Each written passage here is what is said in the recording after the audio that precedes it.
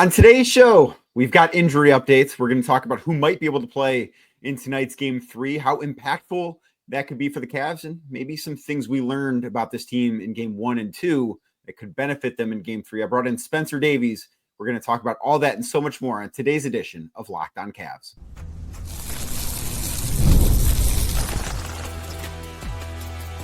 You are Locked On Cavs, your daily Cleveland Cavaliers podcast. Part of the Locked On Podcast Network, your team every day. What's up, everybody? My name is Danny Cunningham. You might know me from my time covering the Cleveland Cavaliers, places like my Substack, The Inside Shot, Cleveland Magazine, 92.3 The Fan, and a number of other stops along the way. Joined today by Spencer Davies of Cleveland Cavaliers on SI in a large number of places as well. And we want to say thank you to you for making Locked On Cavs your first listen today and every day. You can find the show anywhere you get your podcast, Apple, Spotify, anywhere else. Drop us a 5-star rating. Leave us a nice review. Be a friend.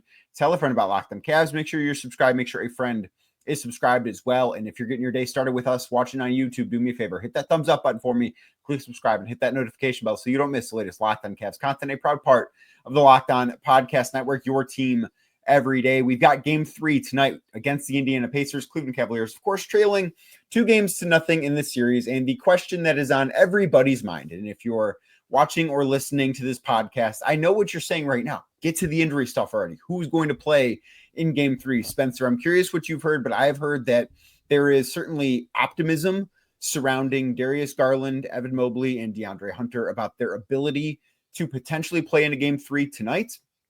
Garland, of course, has not played in over 2 weeks at this point with that toe injury. Evan Mobley and DeAndre Hunter were both injured in game 1, did not play in game 2. But what have you heard? And as we record this, it's about 7:30 Thursday night. But what have you heard as of right now? Definitely the first thing I heard is that DeAndre's thumb is getting better. So that was like the first thing that I've kind of scoured a little bit, trying to figure that out. I haven't really heard anything differently on Darius Garland. Evan Mobley, just by looking at him walking after game 2, you could tell that he was moving a little bit better than he did, obviously, after the initial injury occurred in game 1.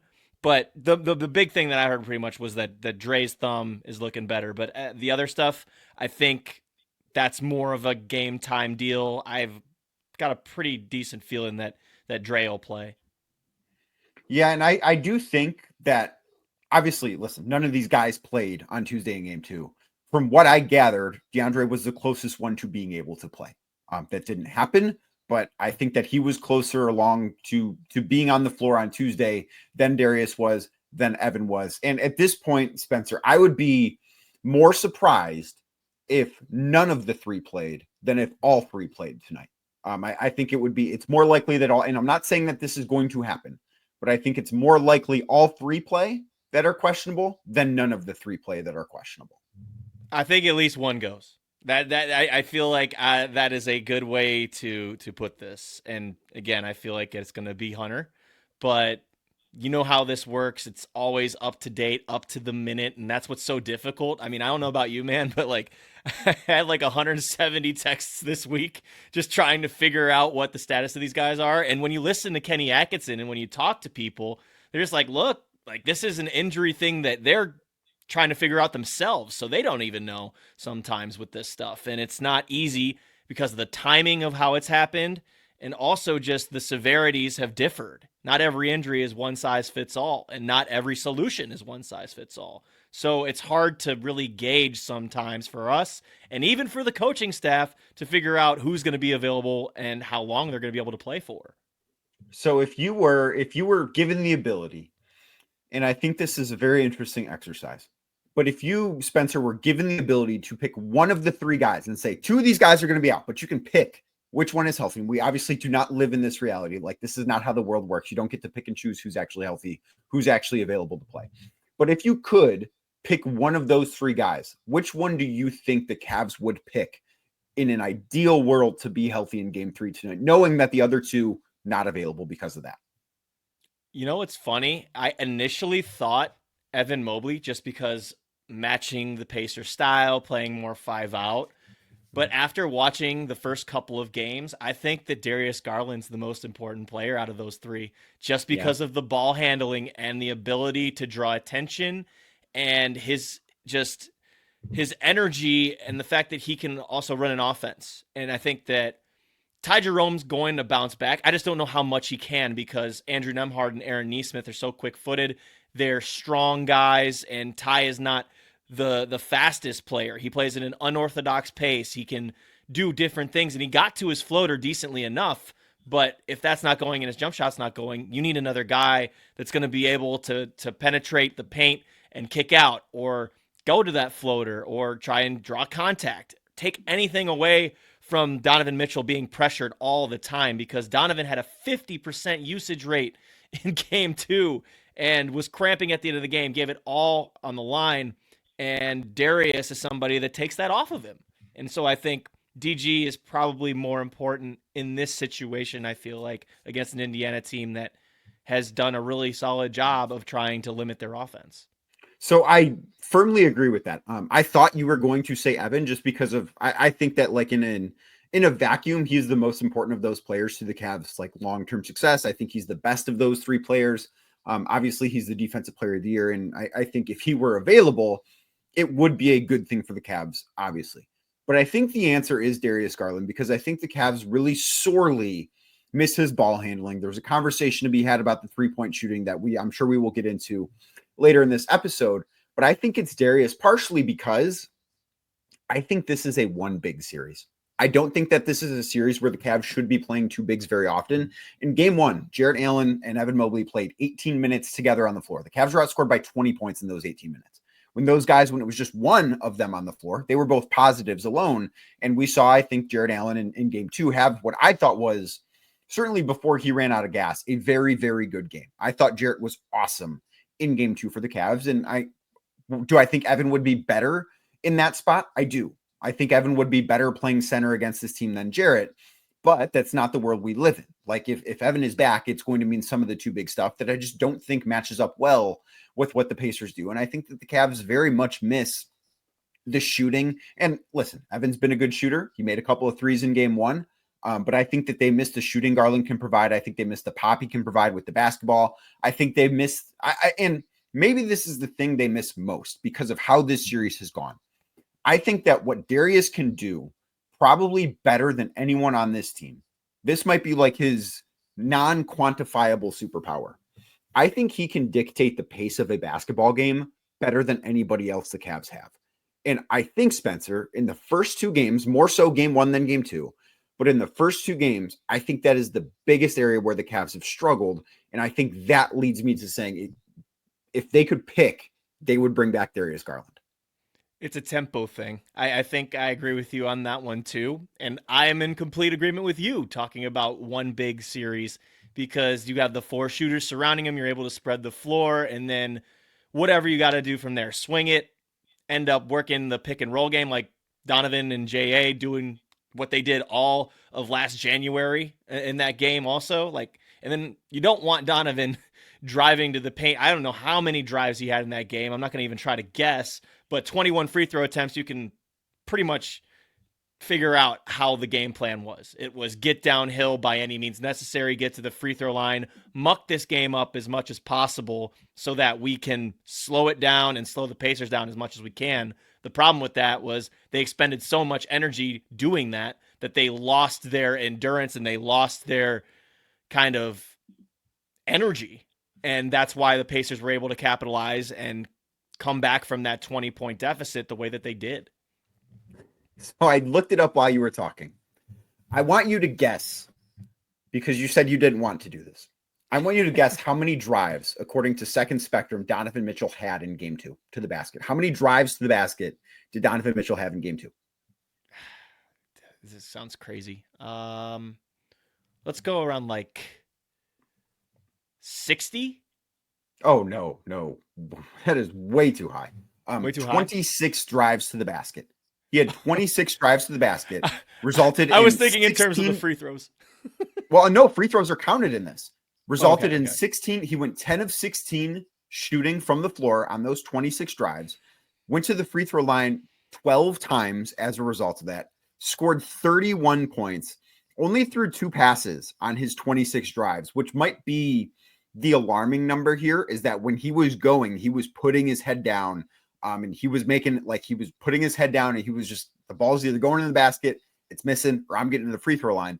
But I do think that when that's happening, and I think that was happening so much out of necessity, because one, the Cavs have not shot the basketball very well in the first 2 games of this series. Their numbers are horrific. And I think that if you want to be optimistic, and I talked about this on Thursday's show, but if you want to be optimistic, that is one of the areas to be very optimistic about, is that they have to regress to the mean at some point. Like, they're not going to be a team that shoots 25.4% on open and wide open threes. Like, that's just not what this roster is.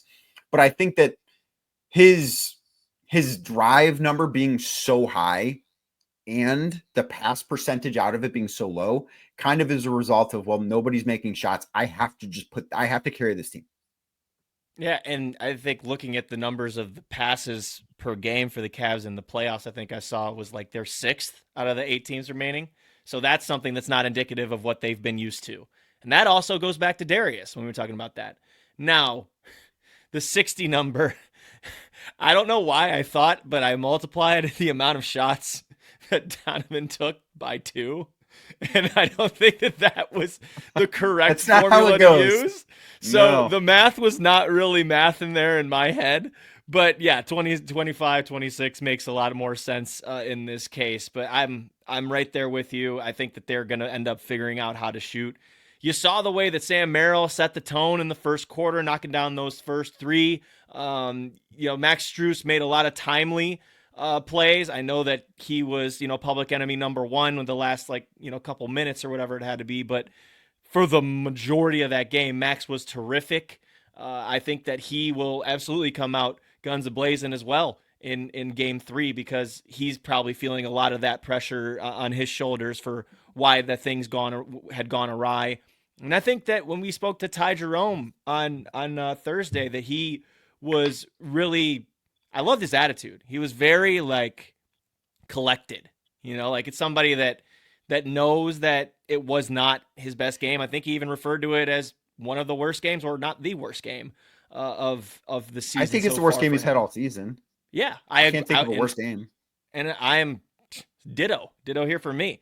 But I just think the composed nature in which he was kind of acting with, I think, is good, because you want these athletes to be measured. You want them not to be overly emotional, and that goes back to what we've talked about in the past with Donovan and his leadership being so even-keeled and measured.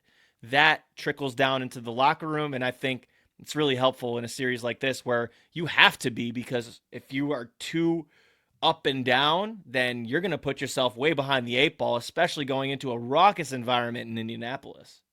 Yes, I think it'd be very interesting what things look tonight in Indy and what things look like for the Cavs tonight in Indy. There are things, I think both of us think, that they can take from games 1 and 2 and use it to their advantage in game 3. We're going to talk about what those things are next right here on Locked On Cavs.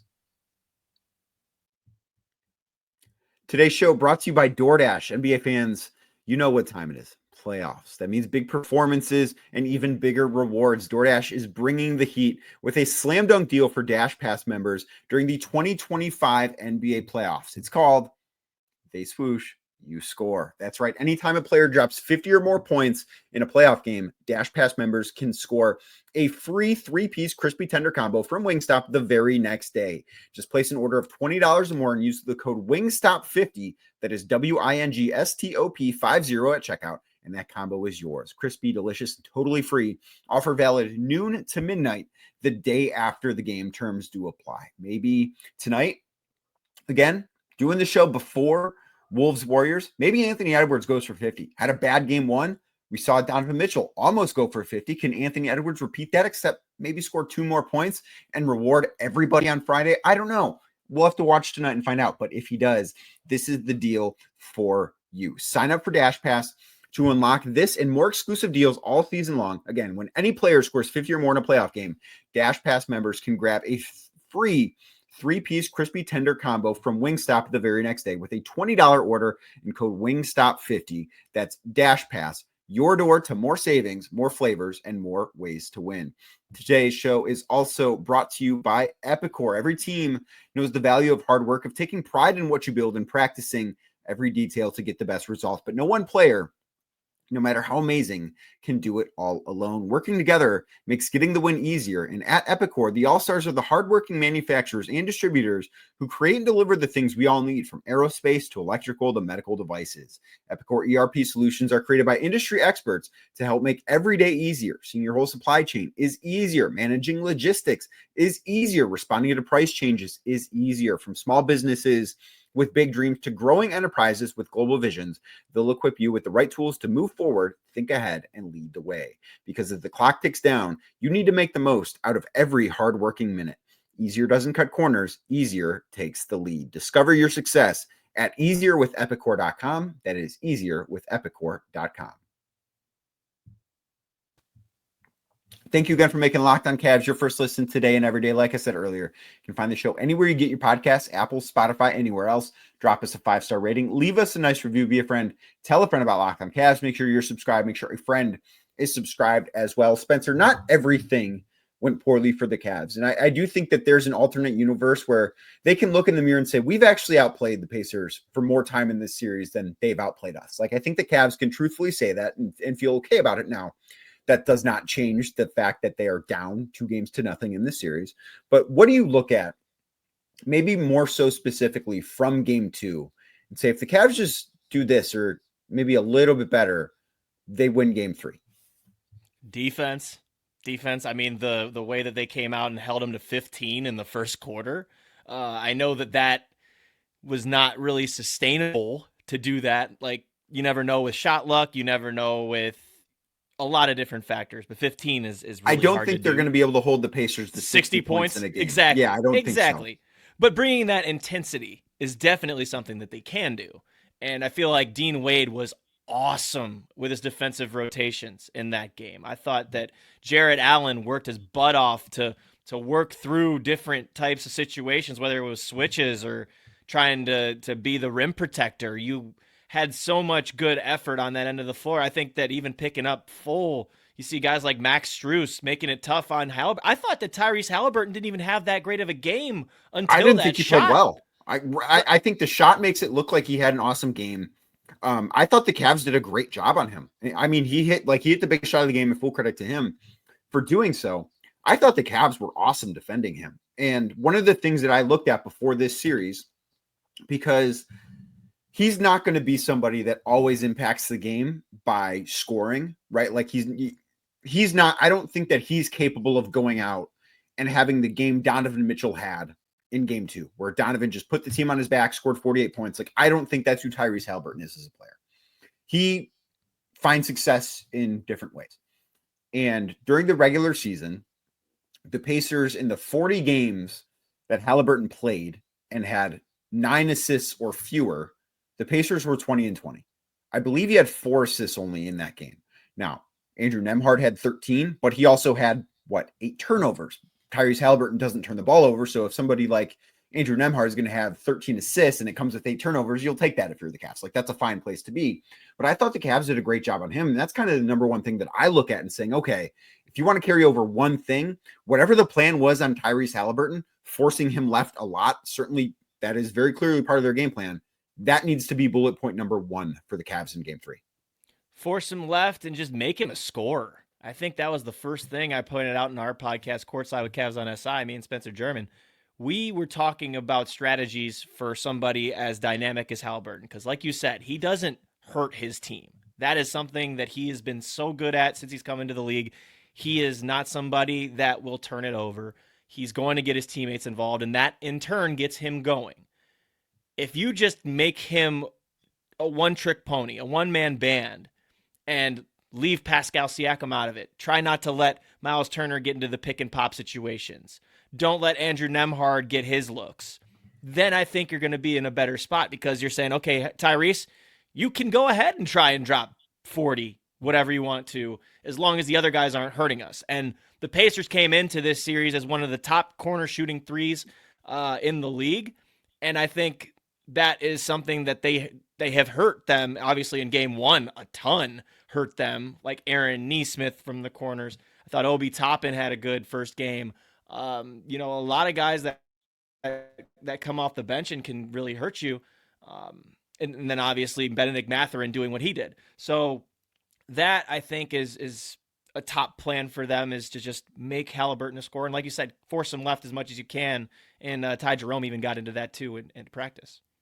Yeah, and I think that has to be plan number one. I thought what they did on Siakam was really good too. Like if you look at the box score, and this is, not necessarily my favorite thing to do, but look how many guys had more shot attempts than Haliburton and Siakam. Like Tyrese Haliburton had 11 shot attempts. Pascal Siakam, I believe, was 5 of 8, which like good percentage. But if he's only taking 8 field goal attempts, I think that speaks more to the job the defense did than his overall efficiency. Like, sure, shot over 50% from the floor. That's great, but it's such a low volume that I think he only scored 12 points in that game. Like, I believe he had the fewest points of anyone in the starting lineup for the Pacers. Like, that's a win for the Cavs. So finding ways to repeat that. And then offensively, and this is where I think Garland being back, if he is back, and of course we don't know this as we record this right now, could help the most, is the Cavs do need to do, I think, a better job generating three-pointers. They have shot the ball very, very poorly so far in this series on good looks. It's wild. They actually have a better shooting percentage on tightly contested threes than they do wide open threes, which is a wild thing and should not be the case. And one of my biggest reasons in believing the Cavs can do this is that that's just going to at some point change. But they have only generated in the first 2 games 24 wide open 3-point looks. That number needs to be much, much higher than 12 a game. Most definitely. And I feel like with Donovan driving so much and the game plan changing so much and the stylistic way that they've been playing, it's kind of taken them out of their rhythm a little bit. And you need to have a rhythm as a shooter. You know where you're catching it in the pocket. You know where it's coming from. And obviously, like, you got to have someone that draws attention in, because you need 2-3 guys looking at the ball, and then you got to be ready to shoot and go for it. You also got to just make them. Like, I know a lot of people are picking on Isaac Okoro. I think he did a heck of a job on Tyrese Haliburton. I think he only got 1 field goal attempt off on him for real. But he does need to knock down a corner 3 or 2. Mm-hmm. Dean Wade is going to have to knock down 1 or 2. He has to shoot. It's not even that he has to knock them down. He has to shoot them. Like, that's the problem with him, is that he's not shooting them. It's not that he's not capable of making them. It's that he doesn't shoot the ball. Right. I agree with that. Max Strus is not bashful, but continue to take 11 to 12 threes. Like, Sam Merrill was coming out and shooting the ball like crazy. He even had a pull up. So more of that, to be honest with you, especially in transition. But yeah, they're going to have to knock them down, like point, period and paragraph. Like that's the name of this game, make or miss league. Right. So, but I do think, because Donovan has commandeered the ball so much by necessity, not saying bad thing, that it has taken them out of their element a little. Yeah, I think so too. Is it as simple as they just need to make shots? We're going to discuss that next right here on Locked On Cavs. Today's show brought to you by Amazon Fire TV. Did you know your Fire TV is also an Xbox? Turn any TV into your gaming and entertainment hub with Fire TV Stick 4K devices. No console required. Just grab your paired controller, subscribe, or sign in to Xbox Game Pass Ultimate with EA Play included, and you're ready to play. Dive into hundreds of premium titles from EA Sports College Football 25. That is my personal favorite. Very excited for the new one to come out later this summer.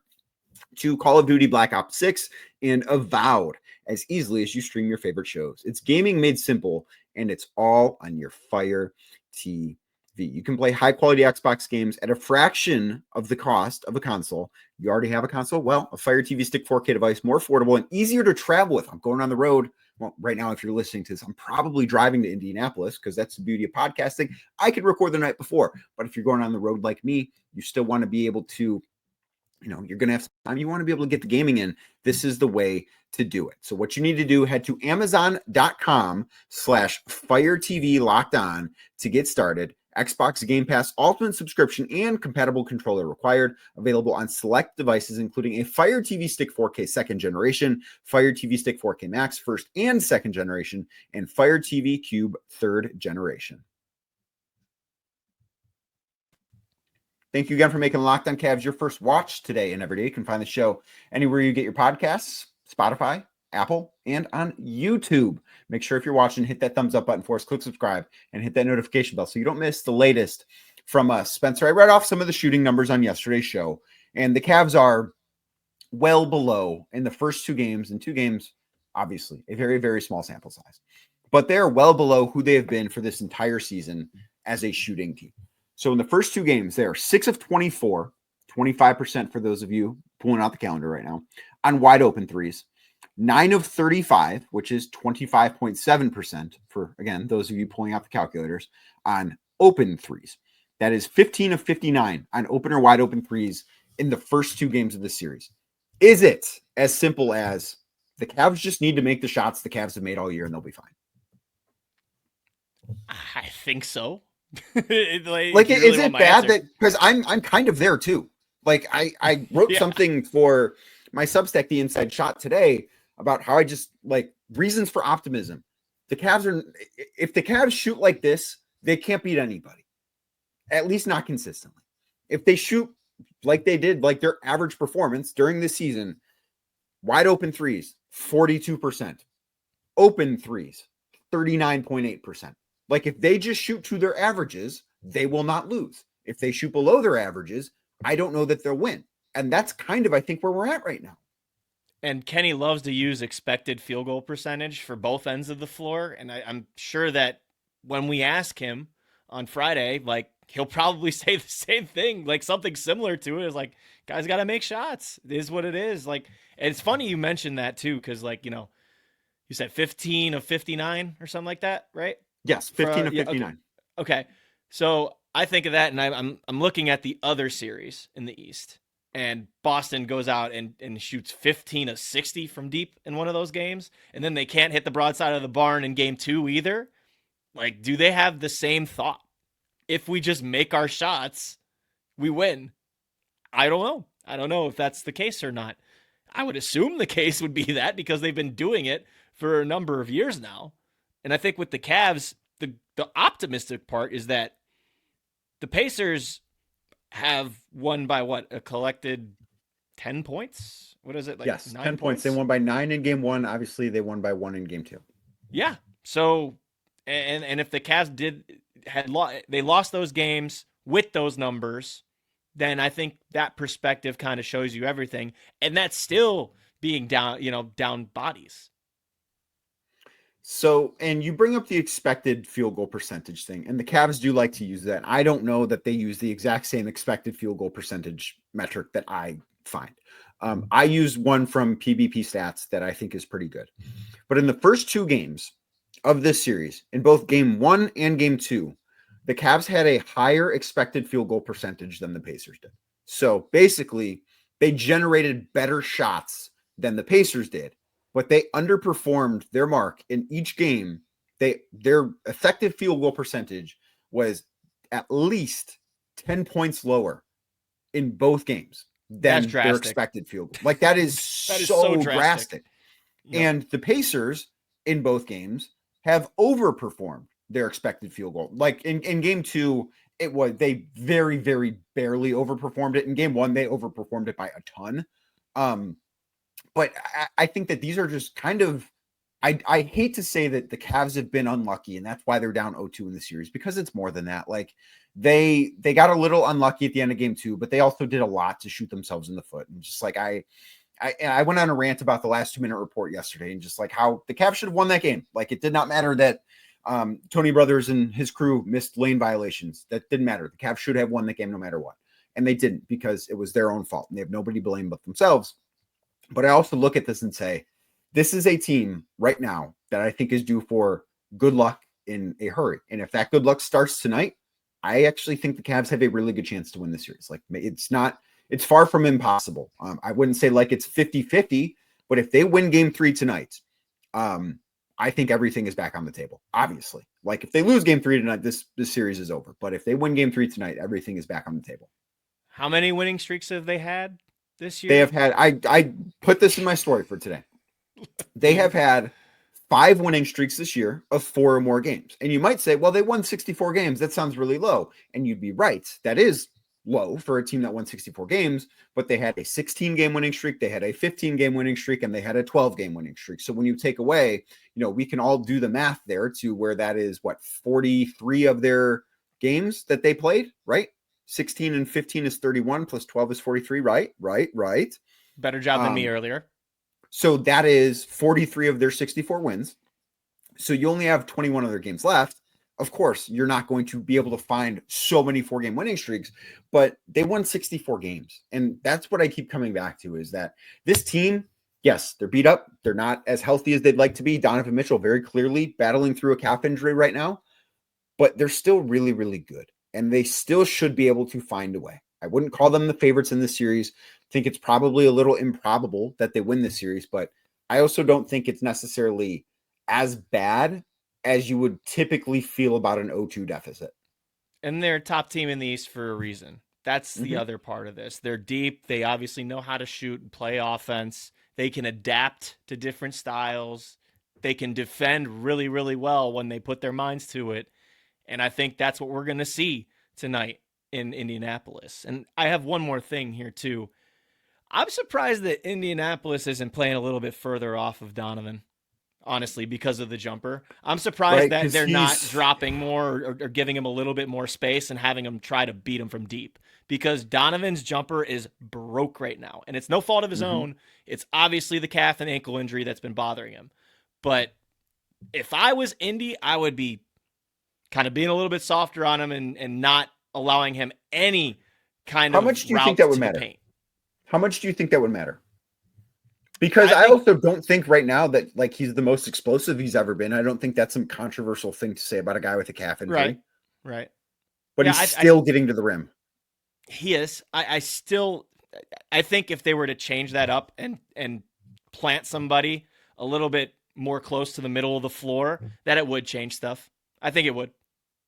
Okay. Personally. I think that is, I think that's very interesting. I think tonight will be very interesting. I mean, the fact of the matter, Spencer, is season is on the line for the Cavs tonight. If they win, they'll go into game 4 on Sunday feeling as if the series is right in their grasp. If they lose, they could get swept on Sunday. I think that this is, and I said this about Tuesday's game because I felt it to be true about Tuesday's game. And I think it rings true for tonight's game as well. This is the most important game that Donovan Mitchell has played as a member of the Cavs. I thought Tuesday was, and I think because they lost on Tuesday, this goes past that. I mean, back against the wall, possibly being a second-round exit, injuries be damned, legacy on the line. That's kind of how it goes. It's a results-oriented business, is what it is. Yeah, I couldn't agree more. And the results of this podcast, I like to think, pretty good one. So thank you for making this your first listen today and every day. Spencer, where can everyone find your stuff before we get out of here? Yeah, I'm on Twitter and Instagram at Spin Davies. You could also find Cleveland Cavaliers on SI at CleCavs on SI. Also, Cleveland Cavaliers on SI YouTube channel. Please subscribe, like, and rate that. Same with our podcast, Courtside with Cavs on SI. Spencer German, Anthony Meglin do such a great job. SI.com/NBA/Cavaliers is where the written content is. As Denny said, RG Media, that's where I do most of my NBA features.